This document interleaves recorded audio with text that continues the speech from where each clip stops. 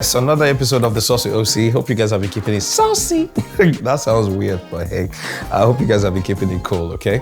So basically, it's a show that brings a bunch of my friends, a bunch of my colleagues, a bunch of my contemporaries, or people that I feel that will be able to, chop up any and every conversation, okay? So, yeah, we have Ric Hassani on the hot seat today. How you doing, man? Good, man. It's been a minute, man. Yeah. So what have you been up to? I see your pants are bigger now. Yes. Yeah. They used to be skinnier. Yeah. Big pants the beds are fuller now. Oh, yeah. Getting that money, right? Wow, so we're starting off by whining. Okay. I'm just stating the obvious. I'm really just stating the obvious. Yeah, man, things have been great. I'll be honest. I think I've intentionally taken a kind of pause. Why? I think I've been, I guess I had to transition from trying to blow to maintaining how far I've come. You know what I mean? Okay. But when you say blow, though, I think blow is relative. You understand? Because when you look at the trajectory of your career, I think I started in radio in 2011. And I think one of the first songs I heard was in 2012. That was Hello, right? Yeah. Yeah, I remember it was a CD. You brought the CD to my station. No, you didn't bring the CD to you brought it to my house. I was living in Ikoyi at the time. You brought it with Slasher. Yes. I remember it was an evening, it was a weekend evening. Yeah, your glasses were thicker, very thick. You're skinnier than you were. Then your beard wasn't, I remember it like yesterday, and I remember Hello. That was the first one, 2012. Yeah, and it's great to see how you've grown and transitioned as an artist, and especially I reckon that there was a little, I wouldn't say struggle, but it was Nigerians not openly accepting the genre of music that you were doing at the time. Then it got to a point where your songs were on and everybody's name's Perfect Gentleman. And all those very where did you shot a video in Yaba, in one of those old houses in Yaba. Was that Derelay's house? Oh, no, was it? I don't think so. Wait, what part of Yaba was that? It was Ebutemeta. Yes. It was Gentleman I shot. It was Gentleman. I'm trying to, because that house looks so. When I saw it, I was like, I was trying to figure out, because I think I've been in there before. Yeah, and I've actually never said this at all ever on air before. The guy that owned the house, that was the first time anybody was shooting in his house. So he felt like his house was so old school. Like he didn't see why we wanted to shoot. What? Yeah. It fit the aesthetic of what you're trying to achieve at the time. So he was so happy that day, and before we started, he prayed for us for a very, very long time. And he was praying that this thing's going to go far. Whatever we're doing, that we've come to bless him like this, and come to his house. But did you guys pay? Did you guys pay? Oh yeah, we paid. We paid. But at the same time, he showed that appreciation for the fact that you guys came. He was so ecstatic, and he really, really prayed. He was almost even crying, really. And I really believed in his prayer, and I really believed it was part of what really propelled you. Honestly, because after Perfect Gentleman, that's where the career just took off. Yeah. Then and it was more like the audience wasn't even based in Nigeria anymore. It was more of you getting a lot of callbacks and shout outs from outside Nigeria. Oh yeah. Even shortly before that time, I just come back from Malawi. So that's why I sing the song, Take You to Malawi. Yeah. Because I just come back from Malawi. In Malawi, they really treated me really well. So I was like, were the women or? Yeah. I was trying not to lie, but the Christian in me was like, bro, say yes. It was such an incredible, it was a swell time. It was my real first taste of like what my stardom or my success could be, because they really treated me very, very well. Okay. So I was really inspired by Malawi, and I still am. So that's why I said take it to Malawi. So before then, I was really going outside the country. I don't know how, I don't know why. That was just what was in my journey. And then after Gentleman, it was more outside the country than even here. Okay. Almost so, instantly. Would you want to say your success has changed you in any way? Do you still keep the same circle of friends? Because a lot of people, kind of say, oh, I saw somewhere that you never know a person until you've seen them in different seasons. When they're angry, when they're sad, when they're happy, when they're successful, and when they're not successful. So people's characters tend to shift when they're in different seasons of their lives. Oh yeah. So I would say you're in your very successful, happy season right now.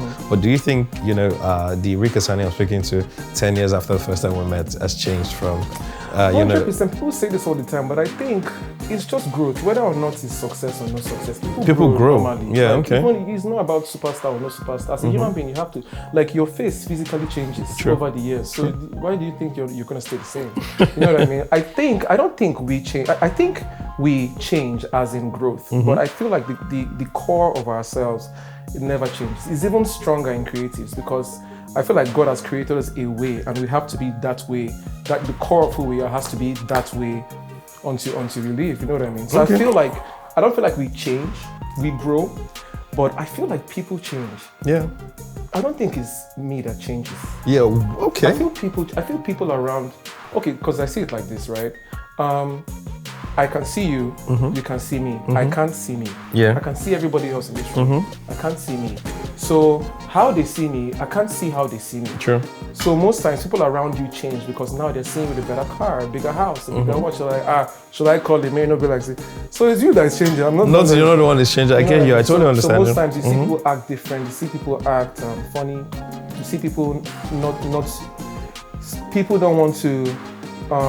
People are used to you being how you were before that time. So they don't know how to connect to. Yeah, true. Knew you like, yeah, it's still me, but now I have so and so, or I do so and so. I can't so and so anymore. Yeah. So a lot of people refuse to elevate their mentality to where to where you are right now. And actually, some people can't, and there's nothing wrong there. True. Some people just they're no fit doer, and that, they can't operate at that level of where you're existing now. And that's okay. I don't have any problem with that kind of thing at all. That's great. So also, around, I can't remember when it was, but I know that there was a lot of talk. I would say talk. I would just say it was one of the first times I was seeing.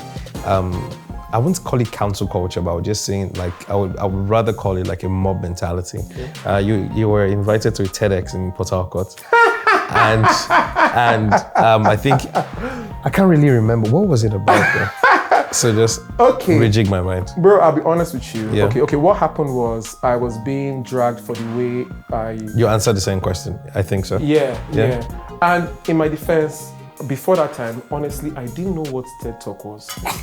Maybe I'm too vocal. I don't know. Yeah, no, it's fine. I didn't know what TED Talk was. So I think, and I remember this very clearly, it was meant to be Dr. Sid that would do that TED Talk, but they called me they called me that day. I said, man, this Dr. Sid has pulled out. They need somebody to do it. So when you say pulled out, it's not like he didn't. Yeah. Wow, no, I just want to be sure for the audience. Wow, you know. Yeah. So he pulled out. He couldn't like. Yeah. He couldn't release himself to get on the plane and go to the place. So when he couldn't release, he had to just pull out.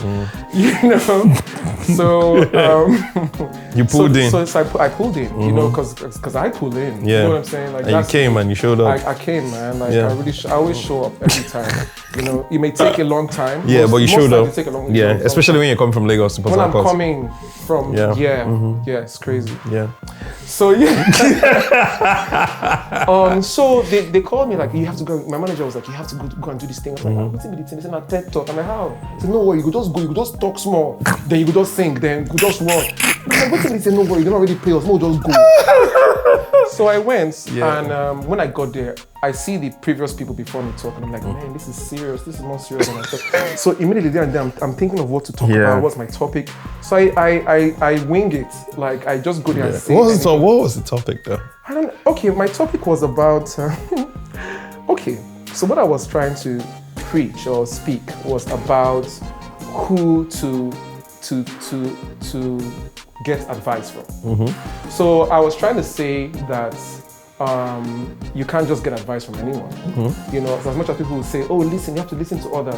The others, you have to know who you're listening to. I mean, follow who no road. You know what I mean? So I was trying to make an analogy of a lion and a goat. If a lion asks a goat that he's hungry and he wants to eat, the goat will advise him to eat grass.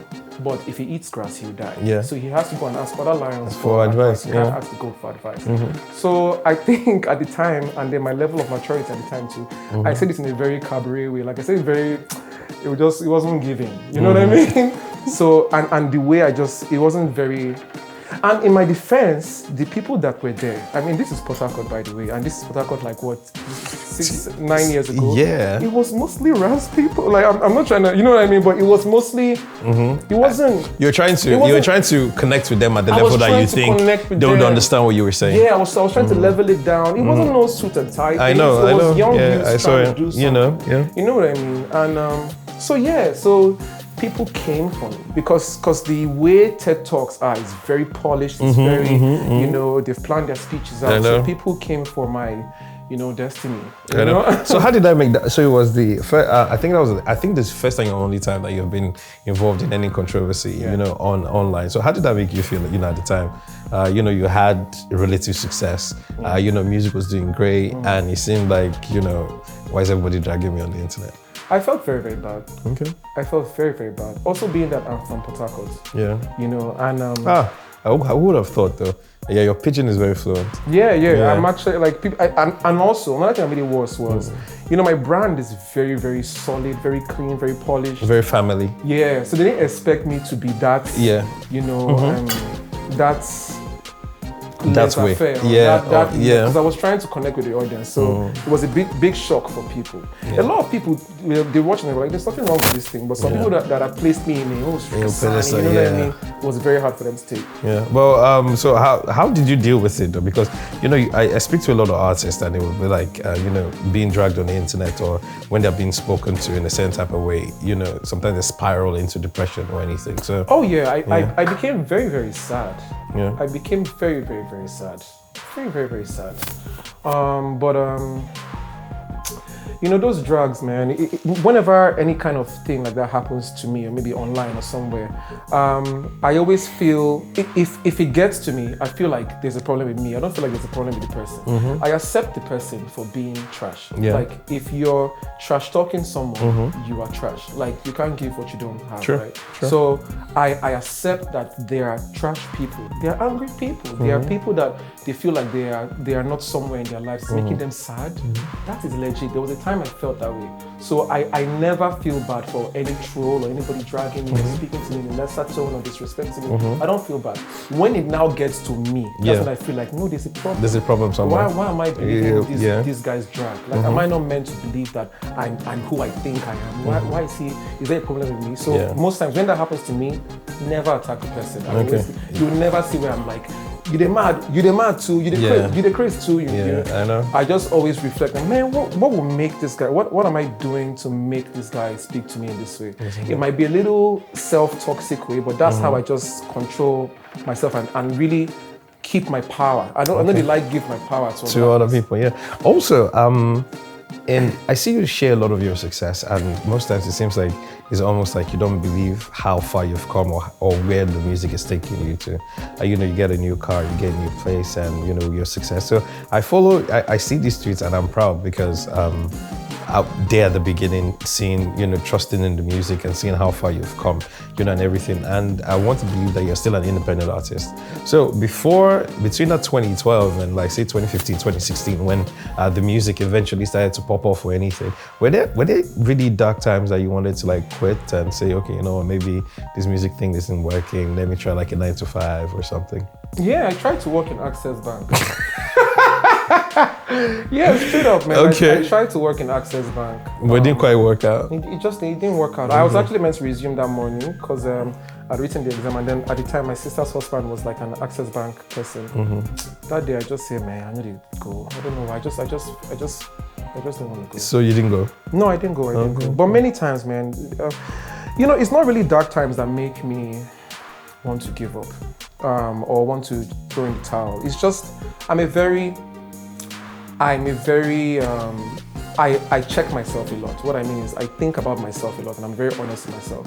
And the way I believe life to be is to be a journey. I just feel like I'm going through. I just feel like there's there's no end. So I don't feel like, as I'm a singer now, that's it. You know what I mean? I feel like it's a journey. So whenever I feel like, man, Ric, this music, are you sure? You know, it's when I feel like, am I done with this stage? Is there more? Maybe am I meant to be a billionaire? Like, what's the next thing for me to do? So that's the way I see it. So yes, there've been many of those kind of times, you know. And you just check yourself and you just. I just check myself and I just check. Okay, have I? Because I used to rap now. I know. Yeah, I used to rap. I used to rap gospel rap. Okay. How did that pan out for you? I just, I gave it up to Christ. Yeah.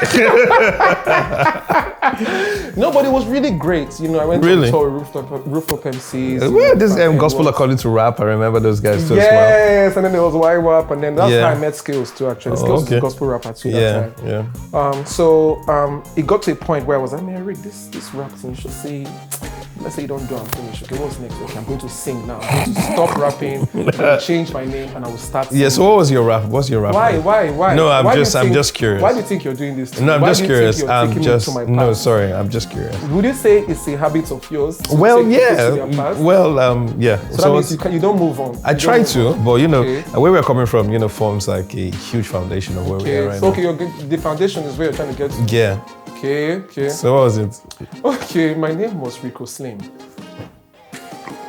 Fuck my life.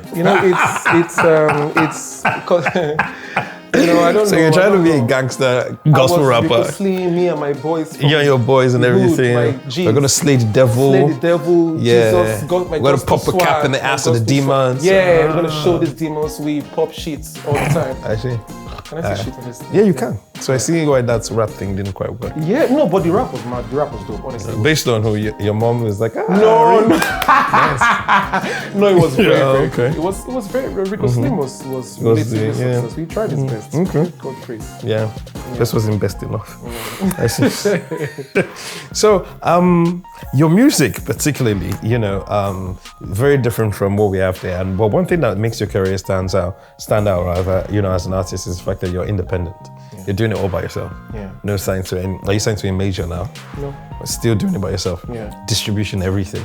No, I outsource for distribution. Oh, you outsource for distribution. Yeah, licensing and all of that. But basically, your entire creative process and funding all of that is still you doing that.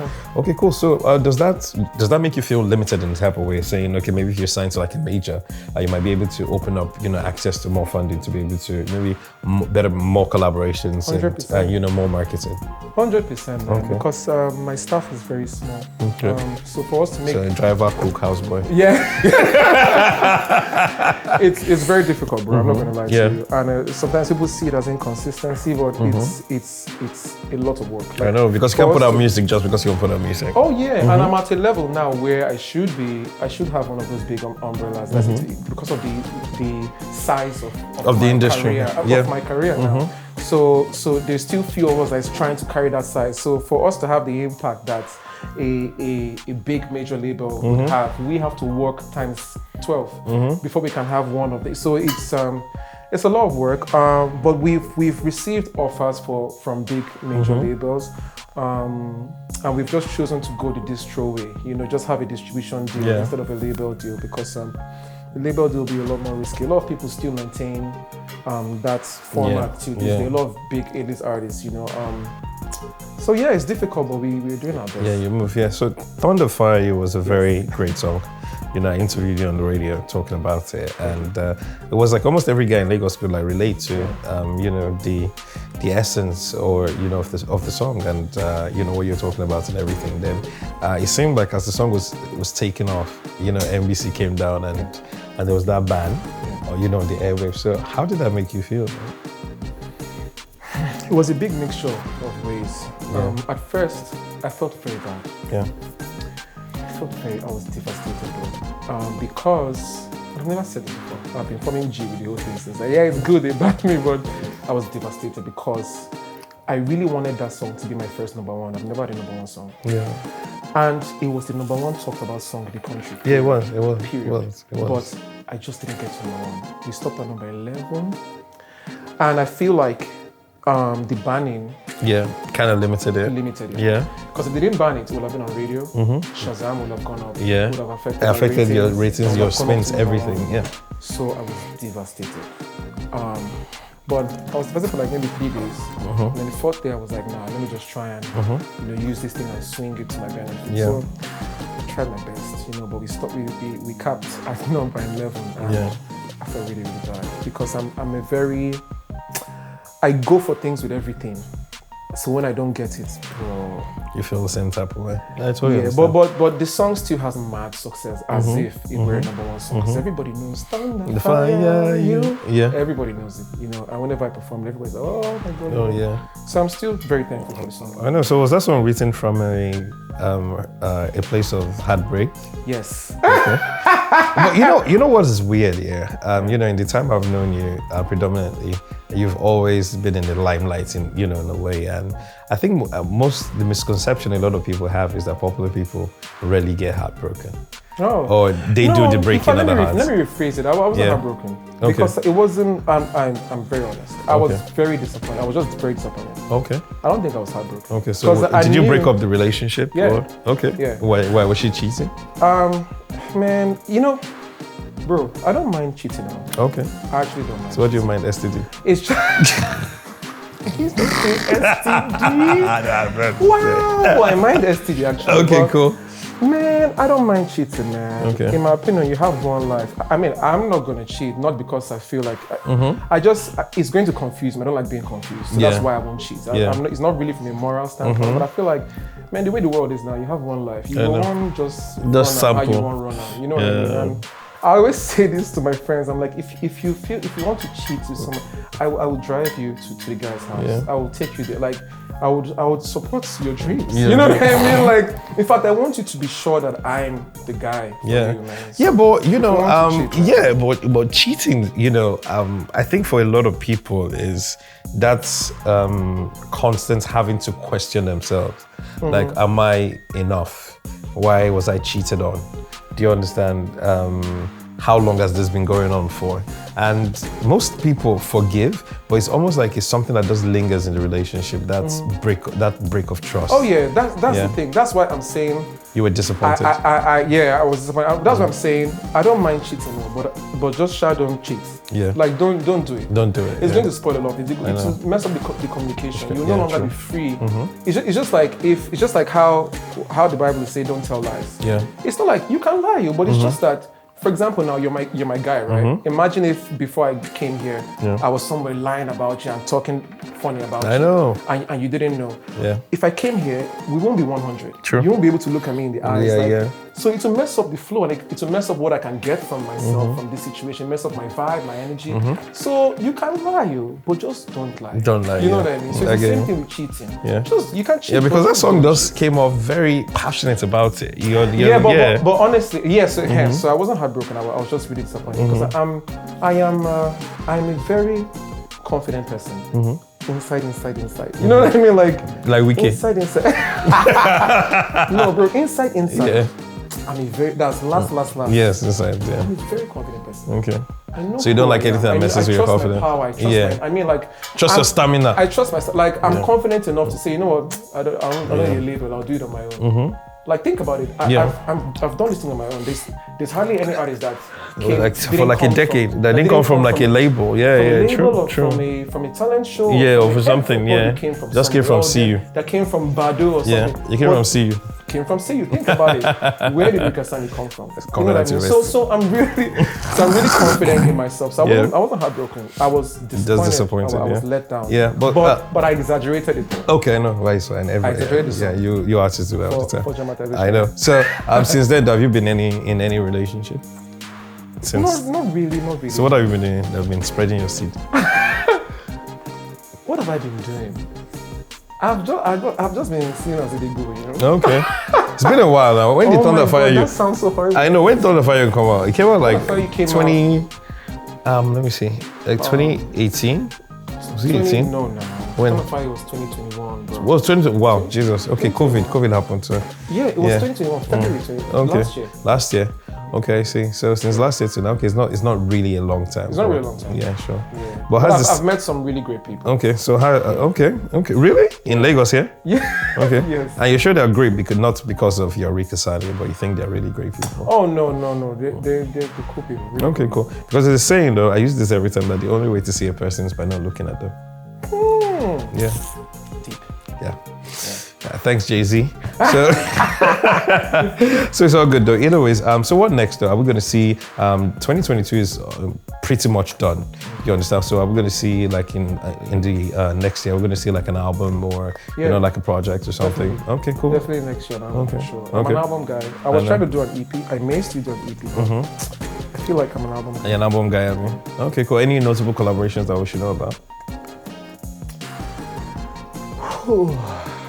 No. Okay. No. Let's just wait, right? Yeah. Okay, cool. So that's been Ric Hassani. Yes, the Sauce With Osi. So make sure you follow Ric Hassani. His handle is just, right under the screen. Then I'm at Osi Suave across all social media platforms. I remember on YouTube, it's the Sauce With Osi. So when we get back, we'll play a game. So it's called Truth or Sauce, where we ask Ric Hassani 5 questions. Yes. Okay. And if it's true, you say true. Then if it's sauce, you take a drink. Oh, Yeah, sure. Okay, cool. right. No problem. So when we get back, we're playing the Truth or Sauce with my man, Ric Hassani. Osi got the sauce. Okay, guys, welcome to Truth or Sauce. So basically, 5 quick fire questions, and if it's true, you say true. If you don't want to answer, you say sauce, and whenever you say sauce, you have to drink. So pretty much that's the rule of the game. Okay. Yeah, sir. Can I have my bottle? Yes. Tequila. So you see that? Say it again. Did I say Truth or sauce? Okay. So yeah, first question. Have you ever had a threesome? true? True. Oh, good. Ricky, man. Rico I Slim. answered that too quick. Yeah, I don't know how- yeah. Is it true? Was it during your Rico Slim days? Don't mind me. No. So, have you ever paid for sex or been paid for sex? No. No. Okay. No. No. Okay. Cool. So, have you ever received nudes? True. Okay. Seems I'm in the wrong business. So, have you ever spent more than ₦1 million on a gift for a woman? The funny thing is that it was exactly $1 million. So. Okay. Okay, Yeah. cool. So they think that's true. Yeah. Wow, you have not drunk. So, last question, have you ever hooked up with a fan?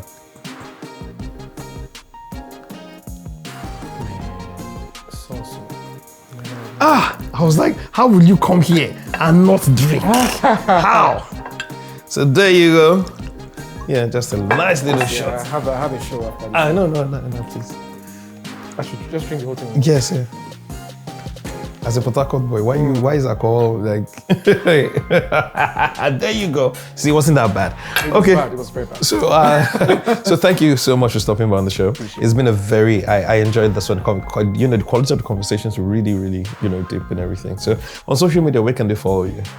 At Ric Hassani. Okay, that's They across should know everywhere. about it. Yeah. Yeah, Facebook, Twitter, Yeah. OnlyFans. Just Twitter and Instagram. I don't have Snapchat yet. I'm still trying to figure out. I believe that people that have Snapchats, are actively cheating in a relationship. Oh, yeah? That's I an want to. argument. Yeah, because no self-respecting person is on Snapchat. Really? Yeah. Is it really? So what happens on Because they're always, messages keep deleting, so it's easier to that's hide true. your debauchery when you're on Really? Snapchat. Oh, that's fine. See you, you're like, really? No, I in your said- mind, they're like, oh, I could download them this night. Yeah, sure, but no problem though. So I'm at Osi Suave across all social media platforms, and also I remember it's the Sauce With Osi on YouTube. Okay, so make sure you go subscribe, yes, and like all the videos, drop a comment, let us know. Maybe send us questions as regards Truth or Sauce. When we would ask somebody the question, just send us questions, and definitely I will include them as well. So Ric Hassani, thank you so much. Appreciate it. Thank you. Yeah, no problem. So till we come your way again with one of your favorite people, keep being saucy. Osi got the sauce.